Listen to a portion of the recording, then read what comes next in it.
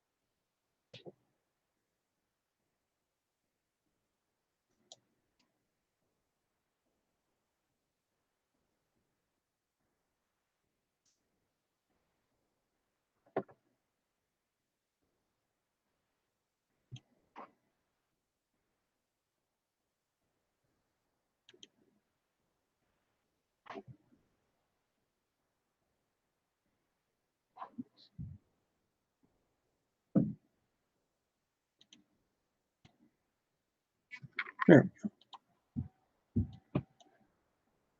go. Okay. Okay, well, I guess we can get started here. I guess it looks like I'm live here. So good evening and welcome to the 741 channel. Tonight, what I want to do is play around with the SDRplay RSP1A, and I'm going to use SDRuno to tune it. And then we're going to use WSJT-X to decode some FT8, or at least make an attempt to do all that, see what happens. During the week, I saw a video that was posted by, I think the channel was TechMinds. I have a link down in the description below that explained the basic setup of how to get that working with the RSP1A. So I went ahead and did that, and it seemed to be working. I had a little hiccup along the way, and I'll explain that when we get there, but I believe I have it working now. So we'll just do a quick live stream here and kind of go through a little bit of that and see if we can get it working, and I'll talk a little bit about how I did it as well. So first of all, before I get started, I don't know if anybody's in the chat. I don't see anybody in there, but if anybody wants to comment on my audio and the video, is everything working okay for the time being? The computer that I'm using is a relatively low spec i3 laptop that I found.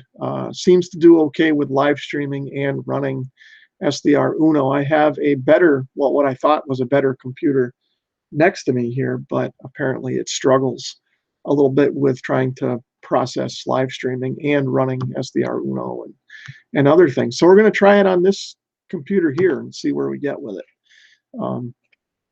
Anyway, I guess I'll get myself off of here and we'll switch over to the desktop and see what's going on.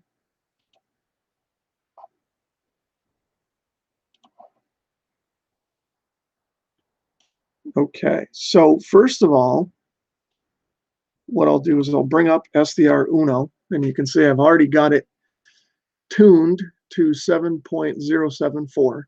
That is the FT8 frequency in the 40 meter band. And you may be able to see down here in the waterfall, pardon me, I've got a hoarse voice here all of a sudden.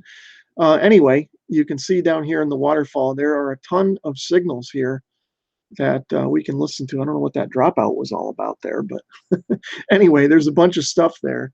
So we ought to be able to decode something if everything is working. Let's see, I see Andrew Murphy is in the chat. Good evening and welcome. So anyway, we're tuned in. You're not going to hear any audio from the SDRuno, because one of the things that you need to do when you're trying to decode digital modes with these SDRs is you need to download and install something called a virtual audio cable. And what that is it's kind of like what it sounds like. A lot of you probably know what that is already, but I'll explain it anyway in case somebody's watching that doesn't. It's just basically a piece of software that acts like an audio cable, and you can virtually plug it into one piece of software on one end, another piece of software on the other end, and it sort of routes the audio from one piece of software to the other. So what we want to do here is route the audio from SDRuno, the audio that we've tuned into here, and we're going to route that to another program. And I'll bring that up now. And that program is this program. There's actually two windows that appear here. Now, I apologize, I can't fit this all on this desktop in one shot because this laptop just has a small screen. Let's see, the drop out end. Okay, so Andrew was saying the dropout is end of single or whatnot. I'm not sure what you mean by that. Am I having an audio dropout? Is that what you're saying, or is there something else going on? Anyway, this is the software that we'll use to actually decode the FT8. So let me back up a second and I'll explain that once you install the virtual audio cable, what you'll need to do is go into the settings of SDRuno up here in the top, go to the output, and you can see here that you'll be able to choose what your output device is. And if you do this pull down, you can see that there are choices. Now, in my case, I have the speakers, which would be the speakers inside the laptop, and then the Realtek digital output. I think that would be the output port, like the headphone jack or the audio out that's in this thing, or this option here, which becomes available once you install virtual audio cable.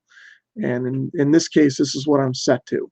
And once you set to that, one thing that you'll have to do is you'll have to stop and start the SDRuno so that the change takes effect and the audio gets piped to the virtual audio cable. Oh, okay, let me see what Andrew is saying in the chat. The signal you said drop out on the waterfall. Oh, okay. Okay. Yeah, it's weird because they're all dropping out at once, and you'd think some of them wouldn't because there's a bunch here, but we'll see. Let's keep an eye on that anyway. I see what you're saying now, Andrew. Anyhow, let me go back up to this software and talk about this software now. So once we have the SDRuno and we have the virtual audio cable installed and we have the output routed to it, then what we need to do is get this software. And you may be able to see here, this is WSJT-X by K1JT. Now you can find this, you can do a Google search for it, or I've left a link in the video description that you should be able to click on that will take you to that site. And I'll show that for a minute here. What do I got? Oh, I got multiple instances here.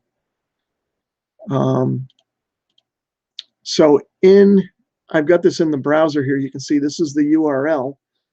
And you just come to this website here. And what you want to do is you want to scroll down and you want to find the candidate for release. This will be the latest version that you can install. And I did this a few days ago. This should be the version that I'm running, 1.9.0 of WSJT-X. And this is a pretty straightforward install.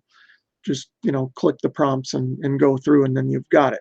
Now, before we get going with this, one thing that I want to mention is that, oh, that's right, it does work that way. Mr. John Deere's in there now. And that's right, it transmits and then stops for a while. Yes, and you have to be synced. And that's the one thing that I was just about to mention. Now, when I got this installed, well, let me mention that in a minute. So I got this all installed, and then I went to the settings, which is under File Settings, and I changed my audio input, you can see here, to the virtual audio cable. So I just changed the option. You can see here are my options: a microphone, another microphone, and then the virtual cable audio. So I did that, and I thought, okay, it should work. Well, it didn't. And the reason it didn't work, and it took me a little while to figure this out, is that my clock was not perfectly synchronized with the UTC time, or National Institute of Time settings. So I had to go in and do that. So what most people should be able to do, you can just see, you click on your clock. This is Windows 7. It'll be similar in other operating systems, but you'll go change your date and time. And then under here, you can see there's a tab up at the top for internet time.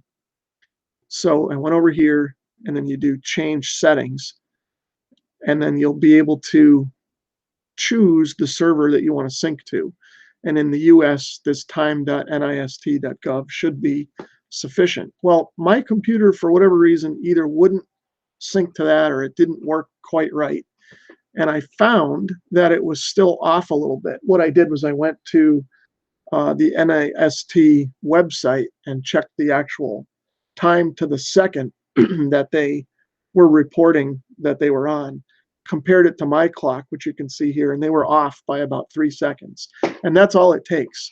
So what I had to do is I had to go in and manually adjust my clock so that it was synced up, within a second of the NIST, and then everything started to work magically. And that's pretty much it. Once I got the clock synced up, I was able to start receiving stuff using this software.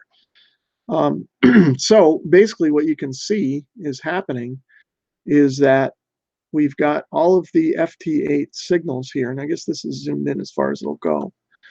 But we're tuned into this frequency here, 7.074.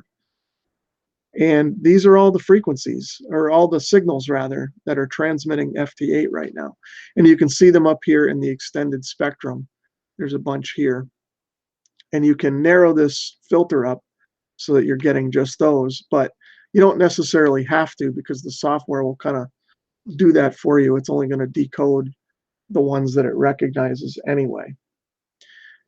So now, once we're back over here, you can see that over here on the left are all the signals that are being received at a given time. And I'm not an expert on this by any means. I'm still really kind of new to it, which is probably obvious here. But what's happening is there's 15-second intervals where there's transmit for 15 seconds and then receive for 15 seconds, or at least the way that I understand it. And you can kind of see that down here. This timer bar is kind of counting those seconds. And you can see that it'll count up to 15, and then we'll get a bunch of signals over here displayed. Now you can see there's not a lot of information going on here. This is not a rag chew mode or anything like that. This is strictly for making contacts. It's a great mode for DX because if you're transmitting, you don't need to, and you shouldn't use a lot of power. Maybe 10 watts, I guess, is what's recommended in most cases.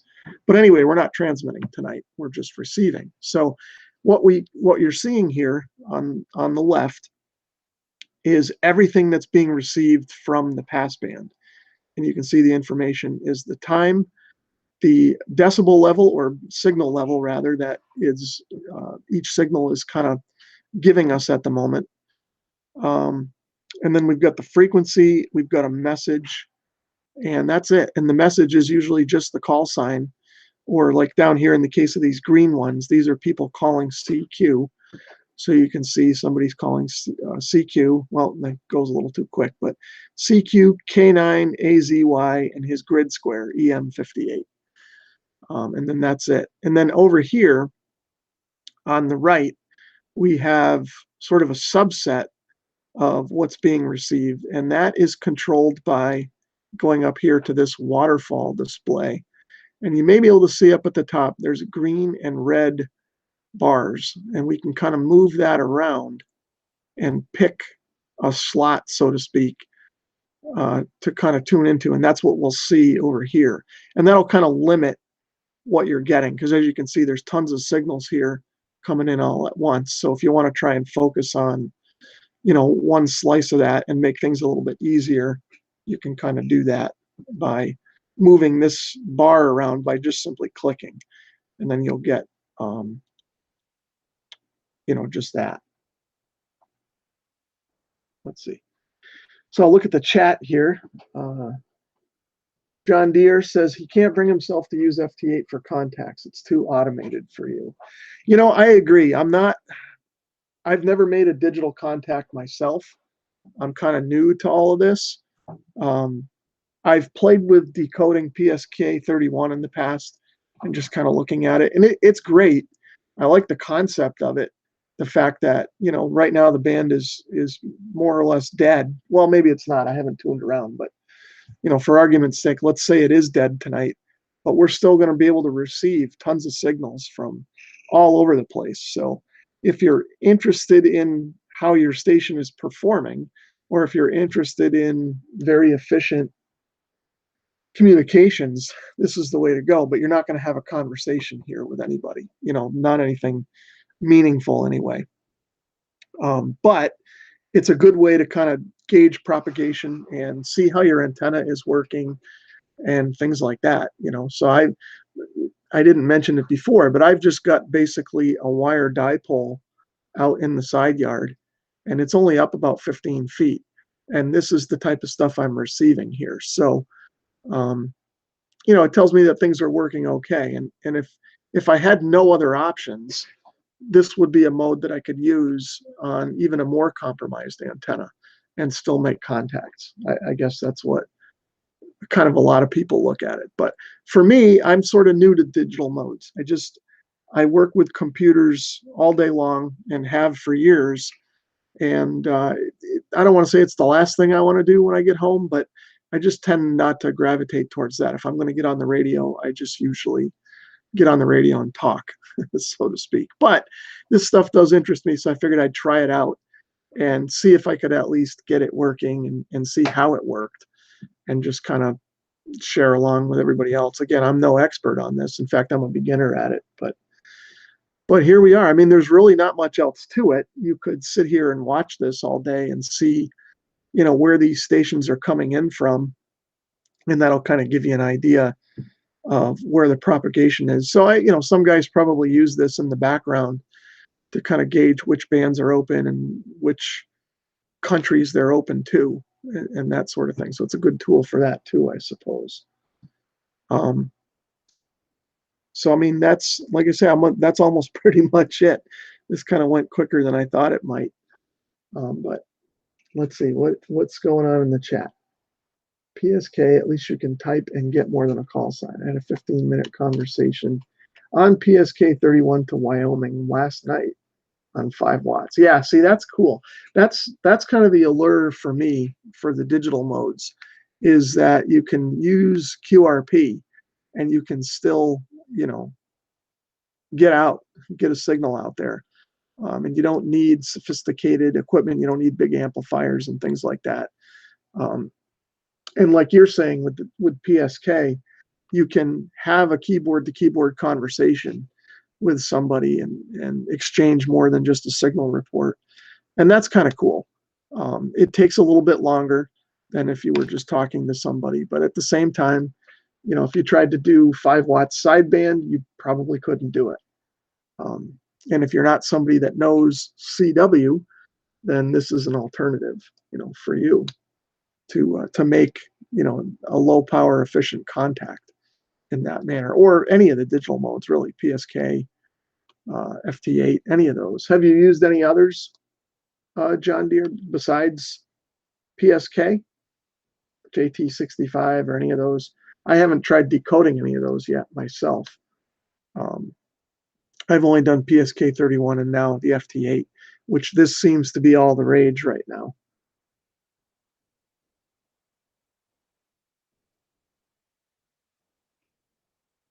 But as you can see, it's very easy to get this set up and running, with your SDR as well. So, this is something that a lot of shortwave listeners can kind of jump in on and participate in if they're so inclined. And you don't have to have you know, a big sophisticated antenna, just a piece of wire, and you should be able to pick something up.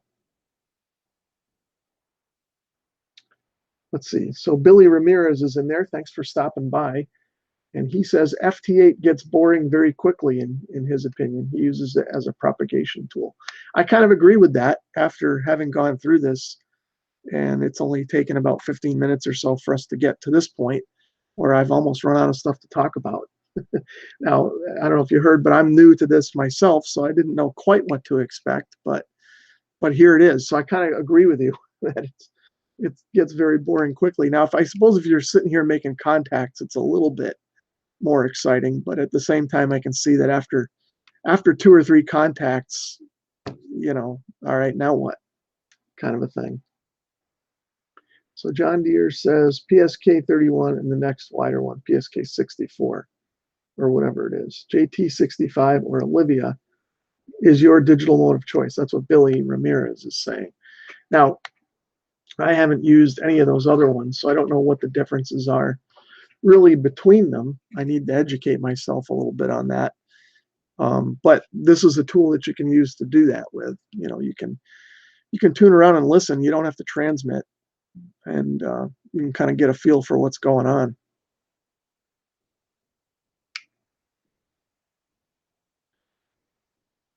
So I guess that's pretty much FT8 on the SDRplay in a nutshell, really. I guess we could stop it here, or we could tune around a little bit and listen to some stuff. I can shut this off and put on some audio here if anybody wants me to do that.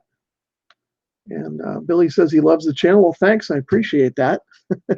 It's just me hanging around here in the radio room most of the time, fixing stuff that's broken. But thanks for your support. But yeah, I don't know if anybody wants to hang around. I'll put some audio on, and we can tune around a little bit and see what we can hear, or we can try something else. It's up to you guys. I'll kind of let you guys drive here. Let's see. John Deere says there are 2 guys up here that get all excited. They worked all these new countries on FT8. I say it's the computer doing all the work. Yeah, I agree with you there to a point. I mean, you're still building the station. So it, you know, and you're kind of learning the process and everything. But yes, at the end of the day, the computer is kind of facilitating all that. Now, if you were sitting at a key, you know, a straight key or a paddle or something, and doing CW, you know, you could argue that that's a digital mode, but that's you doing that. And to me, that's, I don't know, that's radio to me. This is radio too. I don't want to say it's not, but it's a different kind of radio. And I don't want to say I'm not interested in it, but like Billy was saying, it just gets kind of old quickly. But it's another aspect of the hobby, really.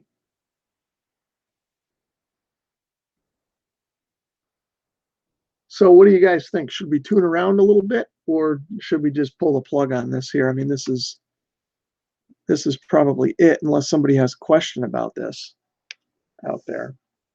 But it seems like you guys probably know more about it than I do, actually.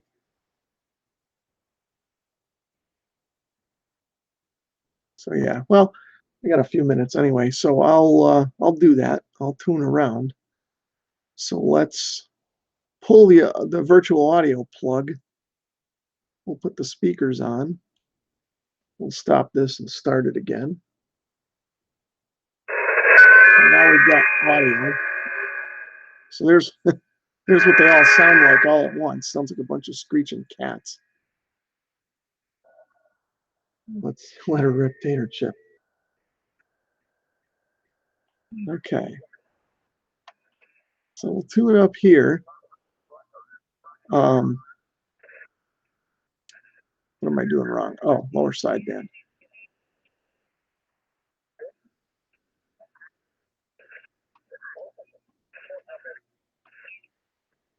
Let's see. Let's go. Well, yeah, that was fine. Oh, I guess we got a contest going on. I don't know if you guys can hear the audio. I'm not sure where a good volume level is on this computer. Yeah, what contest is it? I have to admit that I'm not up on that either.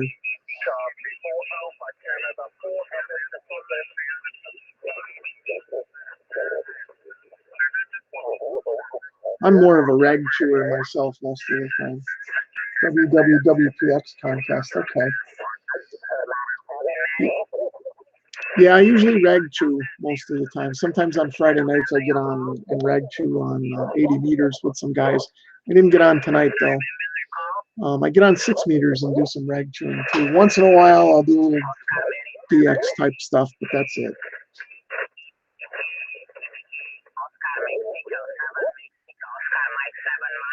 So we got an Oscar Mike station there. But that's true too. Contest weekend, all these stations come out of the woodwork. So you'll hear stuff that you normally wouldn't hear.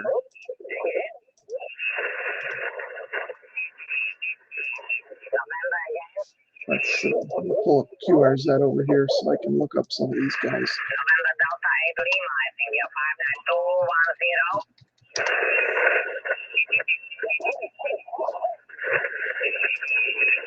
Okay. So let this guy give his call. What did he say? Oscar Mike 7 Mike.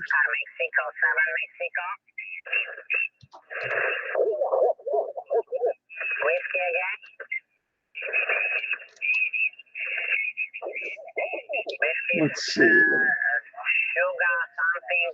Well, this computer is just not cooperating. My other computer over here, this thing's upset with me tonight. That's all right.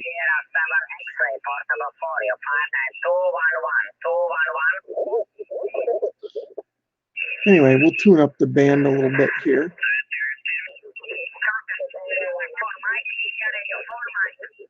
Another Oscar Mike.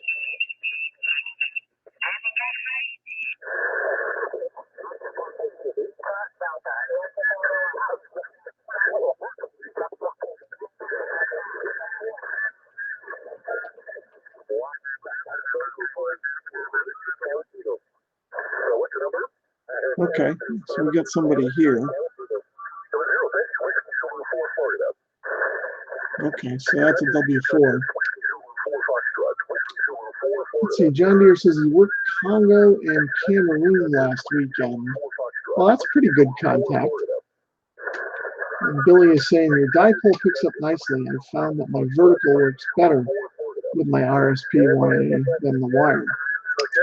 I have a 10 meter, well, I guess it's really an 11 meter vertical, but I use it on 10. And actually I use it on 20 as well. It tunes up on 20. And I find that it works better on 20 than the horizontal wire. But the wire that I have actually works pretty well. I mean, I can tune up the VHF frequencies on that wire and pick up quite a bit. So it does work well, and it's only up about 15 feet. So it's done okay. I don't really have a whole lot of elevation here, but I am up on the side of a hill a little bit. I've got a good sort of view to the east from here. To my west is blocked by another hill that's a little higher, but it seems to work fine. I've made plenty of contacts into Europe on it and things, just running 100 watts. I've thought about putting together a loop, and I've got the room for it, and I've been toying with the idea. I know guys like them. A couple of guys that I know run them, and maybe one of these days I'll do that. Just got to find the time to get that done. But in a way, I hate to do it because the dipole works so good.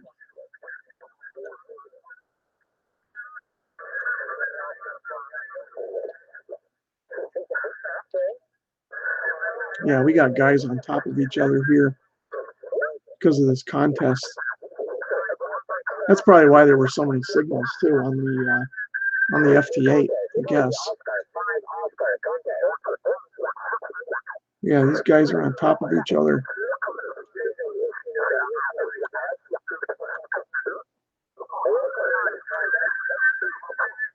Let's see if we can filter them out a little bit. That's the nice thing about these SDRs is you can just kind of see what you're doing and filter everybody out. Yeah, you were saying about your loop was it last week? 535 feet. That's a nice size.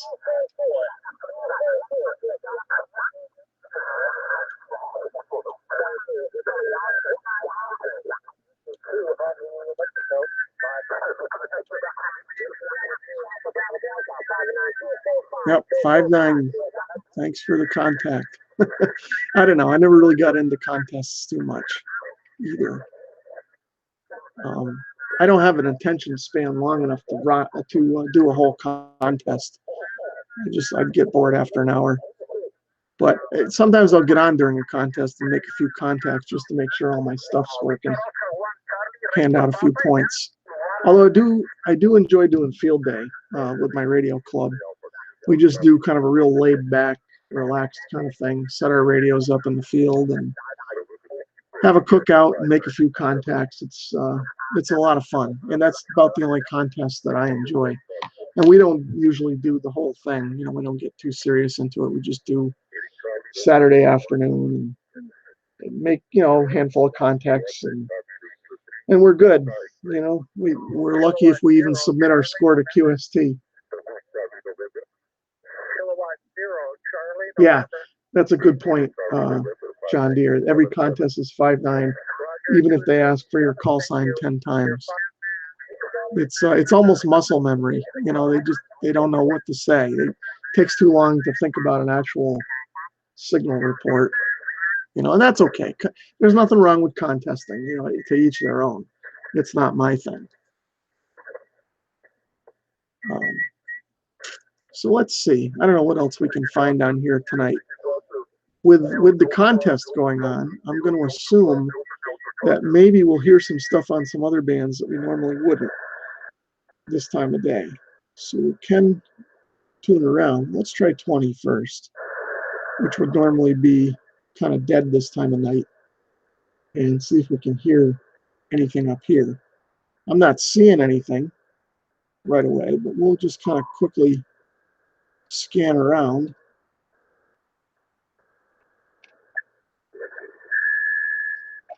No, nothing up here. So I guess 20 is actually dead.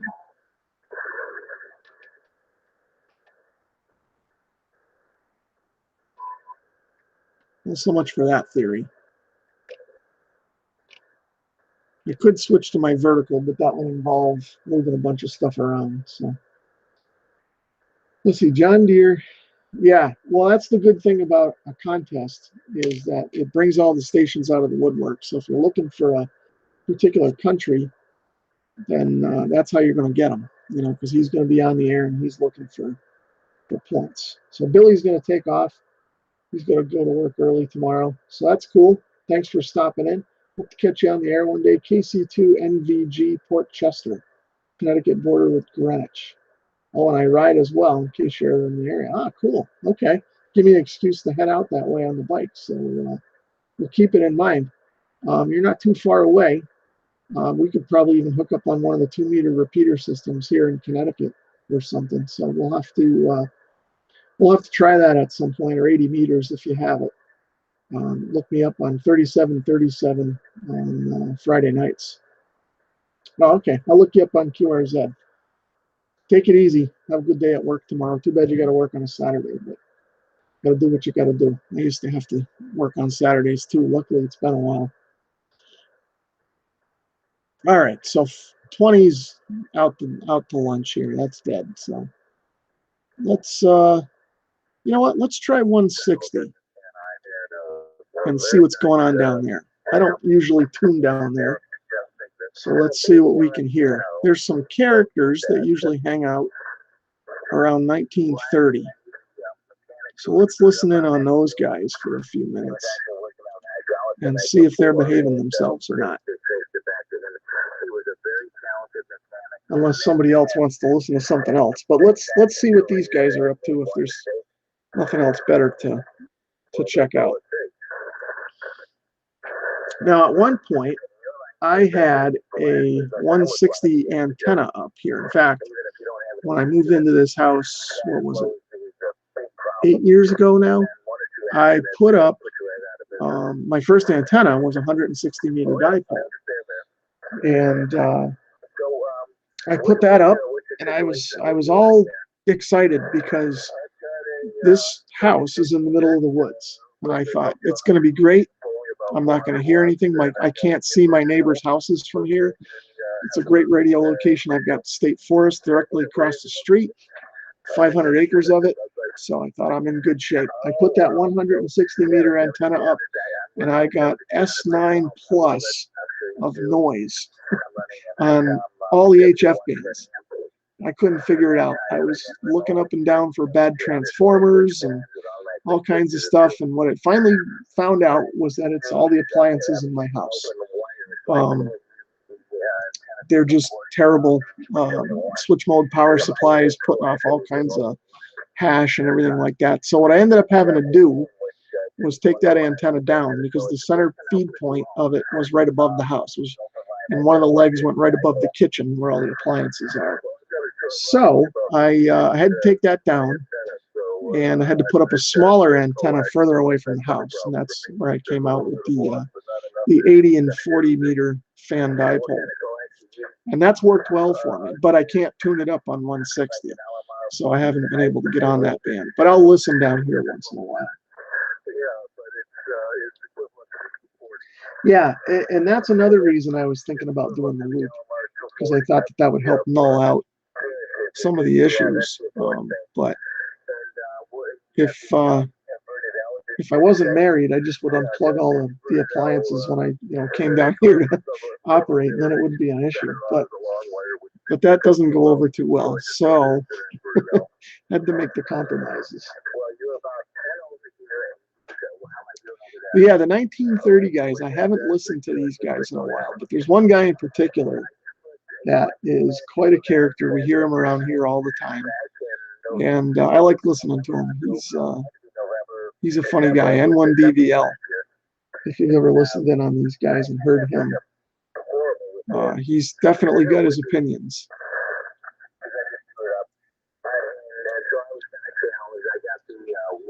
So I should probably widen this out a little bit.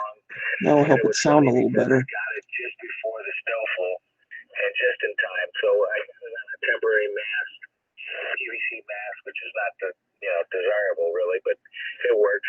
And now, what do these guys call themselves? I think it's the Toad Harbor net or something weird like that. Sounds good. My problem is I don't have any space in my yard.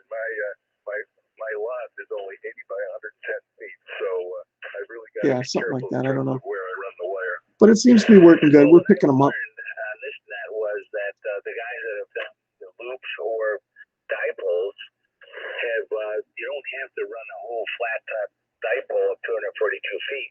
You run it 242 feet, but you can zigzag it throughout your property. Yeah, and that's what these guys are talking about here. I actually antennas. feet up to a 30-foot mast. Now, if I were to put 160 meter dipole back up here, I would have to do that. I'd have to zigzag it through the trees. And I do pretty well on all bands, and let's see, I've I'm got. usually the first or second person in the pile up to get through. That's fine. Well, that's good.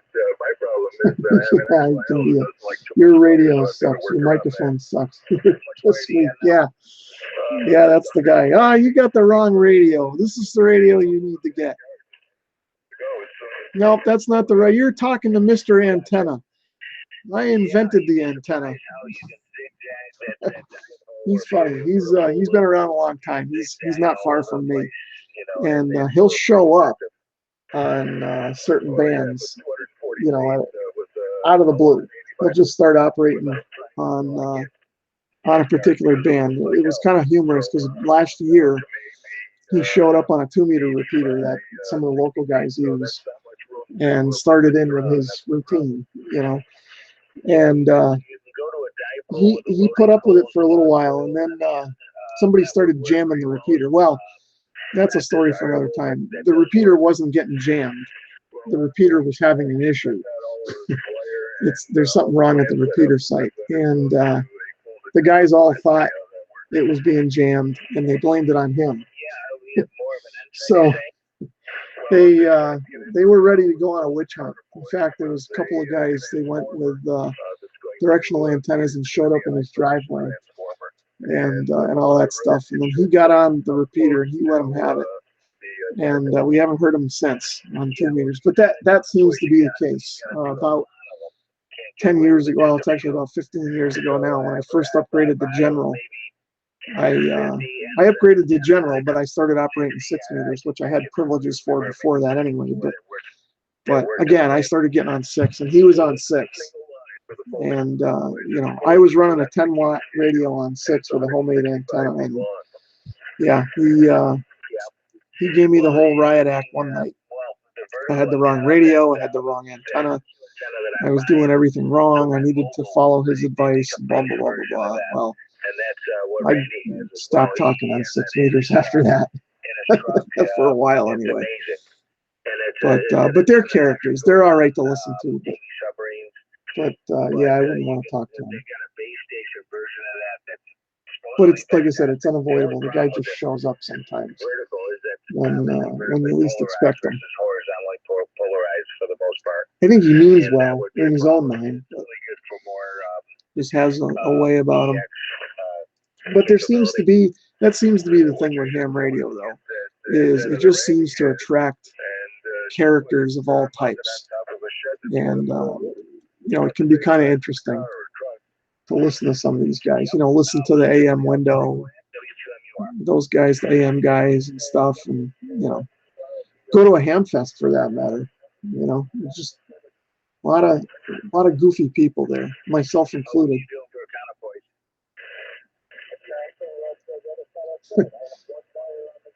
Yeah, you'd like to put a pin in his coax. Yep,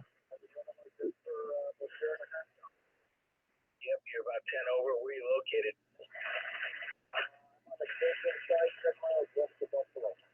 Gotcha. Yeah, you're 10 over, about the same as. Okay, so that one station was in Buffalo. The gentleman we're talking to right now. So he got pissed at you because he called his Toad Harbor lateral line frog wire. Yeah, he can dish it out, but he can't take it. By the way, what do you use for mic? Hey, and there's Buzz. Buzz is in there. How you doing, Buzz?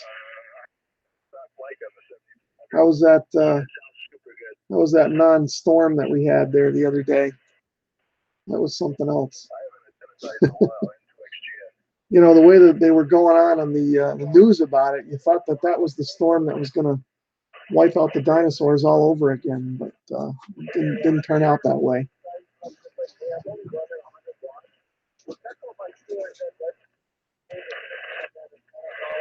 So it looks like these guys are behaving themselves tonight. Let's see what else is going on down here. What did you say before, John Deere? 1855? Yeah, something like that. Let's see what we hear down there.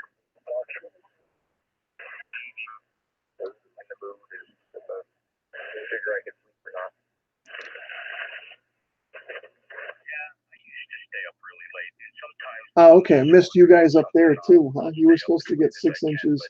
We got 1.5 inches. Yeah, same thing here. Buzz lives down by where I work. I work on the other side of the state. I live in the northern part, work in the southern part. And yeah, I think we got maybe 1 inch here, if that. And I got to work, and there was maybe, like you said, Buzz, about 2 inches, and that was it. So that's fine with me, though. I'd rather them be wrong than be wrong the other way. Get 2 feet instead of 2 inches, you know. But yeah, I cut them some slack. I don't know. I guess maybe I kind of cut him some slack. My dad was a weather forecaster when he was in the Coast Guard years and years and years and years ago. And so I kind of heard some stories, and I know it's not an exact science, but what irritates me is that they overhype everything beyond belief, and they get the whole state worked into a frenzy over it. And you know, like I said, everybody crawls under a rock because they think the world's about to end. But that's the problem I have with it, not so much the fact that they, you know, missed it.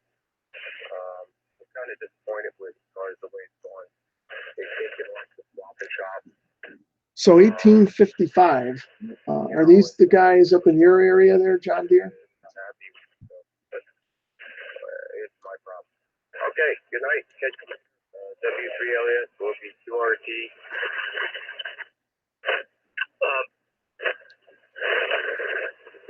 I'm gonna put the broadcast filter on and see if that helps a little bit. Took off swap and shop. You mean, I don't know what you mean, like online? And I have upgraded SDRuno since the last time I did a live stream, I think. I don't know if there's any huge differences here, but I did do the upgrade. Oh, okay, you don't know these guys. That's all right.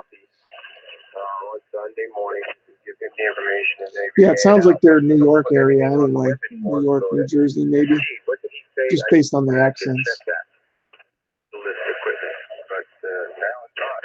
I know Lenny was recording stuff there for a while, but I don't know what. Yeah, that's true. 160, they want you to run power. They don't want to hear 100 watts. Even 80 meters, the guys I talk to, you know, the guys I talk to are all friendly.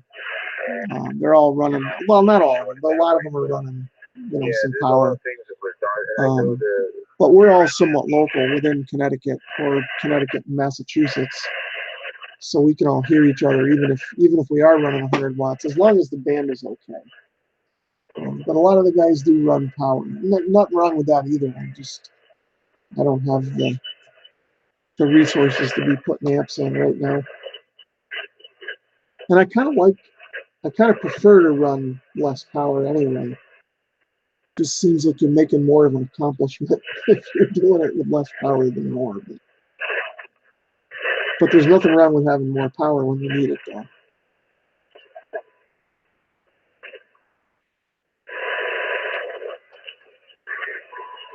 Now, I guess I don't know the rules of that particular contest we heard before, but...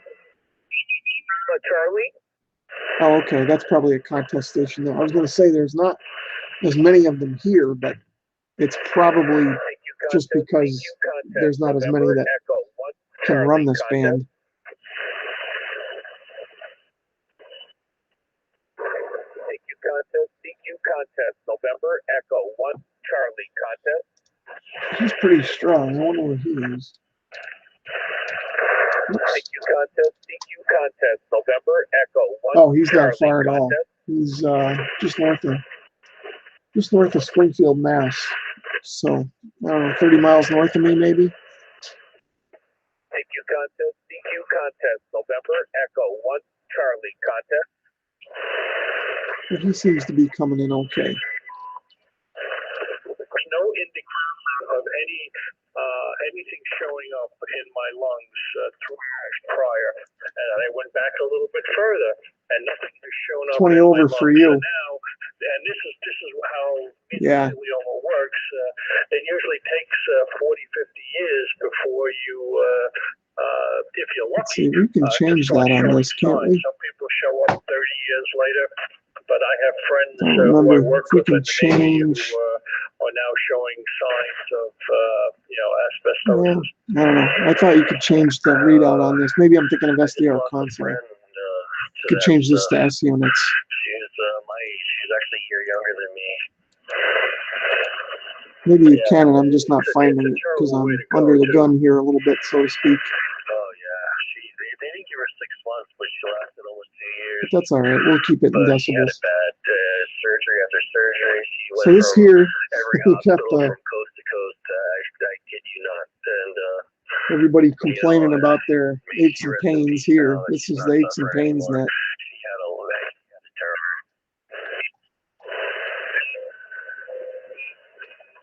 So there's some stuff going on down here.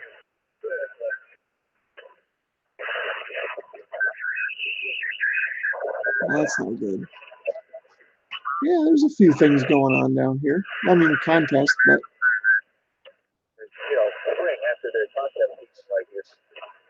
That's all. That's so cool. You gotta laugh. Get through down. As I say that, I have my little marker. Like I actually have it. But this little laptop seems to be working better than I thought it would.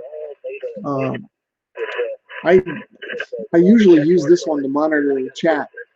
This laptop is actually something that I pulled out of the recycle bin. I went there to bring some other stuff, and this was sitting on top. And the screen bezel was cracked, but the screen itself was fine. So I took it home with me and glued the bezel back together, and it works fine.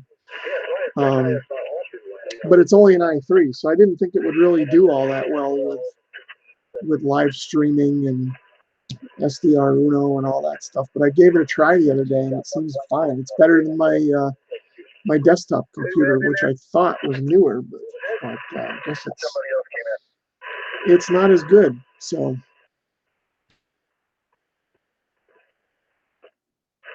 I'm impressed. Now, of course, I am using the Google Hangouts or whatever it is instead of the OBS software to do the streaming tonight. So that also kind of taxes the system. So that's not running, and that's helping a lot too. Let's see, hope you wiped it clean to get rid of the kiddie pool. Yeah, actually, when I got it, it must have been dropped because the hard drive, it wouldn't boot from the hard drive. Something was up with it, and I don't remember the details now, but I thought the hard drive was shot. And but I managed to somehow get into the recovery partition, and I reformatted the disk from the recovery partition, which was okay. It marked a couple of bad sectors, and I was able to reinstall the operating system from the recovery partition. I thought I was going to have to get a hard drive for it, but I didn't. So if there was any kiddie porn on it, it got wiped out then. But yeah, I know what you mean. But I'm not the kind of person that makes a habit of pulling stuff out of the garbage either. But you see something like that sitting there, and it was in its original box, so you got to do a double take. But every now and then I'll bring some stuff over there, and I live in a town that, there's people here that they throw things away that are perfectly good. They're not even broken. So I have gotten a few things over the years that that are good. But I don't sit there and wait for stuff to come in. I know people that used to kind of do that. That was their Saturday afternoon. They'd go to the dump and wait for the stuff to come in, and they'd pick through the truckloads before they went into the bins, But hey, every now and then you got to take one, take what you can get. Well, I've had a couple of slow years here. I haven't really been on that much the last couple of years. I've been preoccupied with a lot of things going on and going through a lot of motions over here. But I do want to get a new laptop. It's been a while since I bought myself a computer. I bought my wife one a few years ago, and she uses it quite a bit. And I could borrow that and use it, because usually when I'm doing the live streams, she's sleeping. But I don't want to infringe on her computer. That's her computer, and I don't want to start putting a bunch of software on it and screwing it up on her. So I haven't gone that route yet, but it is a decent computer and would work fine for all this stuff. And I got my work laptop, but I can't put anything on that.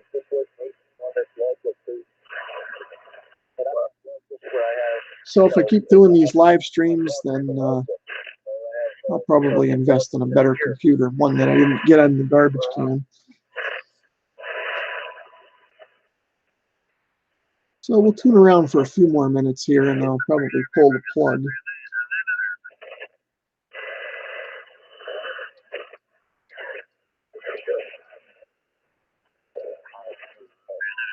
Big windstorm here not too long ago that knocked the leg off of it, and it's back up now, and I'm actually able to. John Deere wants a new tower for radio stuff. I use a laptop for a business, so I don't want it plugged with crap. Yeah, I know what you mean. It's like I was saying, I don't want to plug my wife's laptop full of a bunch of my stuff. And it's good to keep that stuff separate anyway. If you've got a business, you're running a business, you don't want to put a bunch of stuff on there and then have the machine crap out on you when you need it.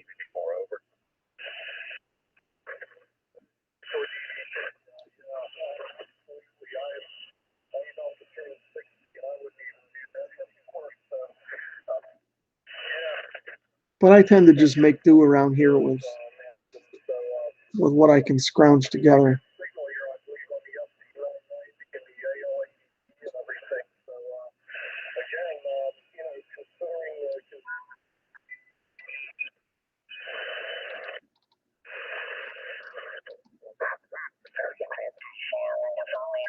Oh, that was the aches and pains net there. Well, yeah, maybe that's going to do it here for tonight.